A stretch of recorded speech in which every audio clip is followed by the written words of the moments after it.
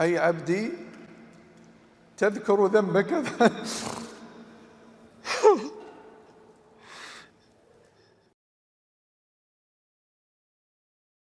اليوم نختم على أفواههم. من الذي يكلم الله؟ التي تكلم الله هي الجوارح. تتكلم اليد بما اقترفت، بما كتبت، بما سرقت، بما لمست. تتكلم العين بما أبصرت، بما شاهدت، بما نظرت. تتكلم الرجل بما مشت وبما قدمت وبما ذهبت. تتكلم الفخذ بما زلت. ثم يكشف عنه الحجاب فيقول المنافق: قبحكن الله، عنكن كنت أنافح. ثم يرمى بالنار والعياذ بالله. أما المؤمن فإن كان أكثر من الذنوب فمن حكمة الله أنه يرميه في النار يعذبه ثم يدخله الجنة، أو يغفر الله له لكن يعاتبه عتابا يسيرا. جاء في صحيح البخاري ومسلم أن الله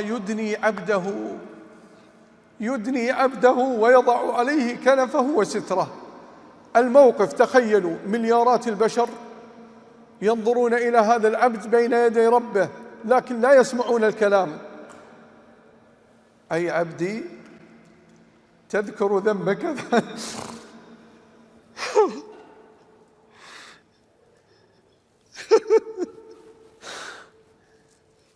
تذكر ذنب كذا في يوم كذا وكذا، في ساعة كذا وكذا، في مكان كذا وكذا. يقول: إي رب، إي رب.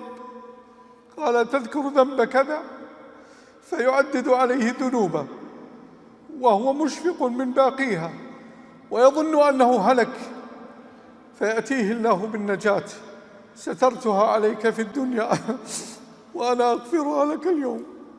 أسأل الله أن يسترنا في الدنيا وأن يغفر لنا ذنوبنا يوم القيامة. صلى الله على نبينا محمد. قل هذه سبيلي أدعو